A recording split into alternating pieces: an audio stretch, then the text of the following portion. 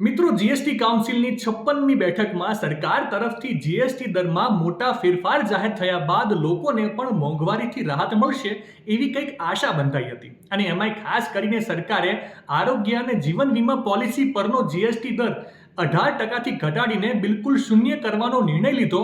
એ બાદ તો જાણે સામાન્ય જનતાને એકદમ જમાવટ પડી ગઈ હતી. કેમ કે હવે આરોગ્ય અને જીવન વીમા પર 22 સપ્ટેમ્બર 2025 એટલે કે નવરાત્રિના પહેલા દિવસથી કોઈ જીએસટી લાગુ પડશે નહીં. એટલે જનતાને એમ કે હવે પોલિસી ધારકોને સસ્તા પ્રીમિયમ દરનો લાભ મળશે. પરંતુ અહીંયા વાર્તામાં એક વિચિત્ર વળાંક આવ્યો છે.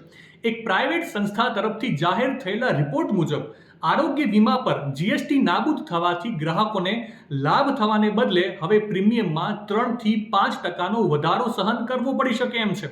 અત્યાર સુધી વીમા કંપનીઓ એજન્ટોના કમિશન, જાહેરાત, પુનર્વીમા વગેરે જેવા તેમના ઓપરેશનલ ખર્ચ પર ઇનપુટ ટેક્સ ક્રેડિટ એટલે કે આઈટીસીનો લાભ લેતી હતી. પરંતુ જીએસટી નાબૂદ થવાથી આ કંપનીઓ હવે આઈટીસીનો દાવો કરી શકશે નહીં અને આનાથી તેમનું ખર્ચ માળખું થોડું વધારે બગડશે, જેને સંતુલિત કરવા માટે તેઓ પોલિસી દરોમાં 3 થી 5% વધારો કરી શકે છે.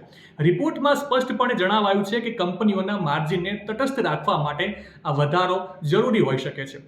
ટૂંકમાં નિષ્ણાંતો માને છે કે એકંદરે આ નિર્ણય દેખાવમાં સારો લાગશે, રાહત ભરેલો લાગશે, પરંતુ જમીની અસર અલગ હોઈ શકે છે. ખાસ કરીને જે લોકો આ રાહતથી ઉત્સાહિત હતા તેઓ આગામી સમયમાં થોડા નિરાશ પણ થઈ શકે છે.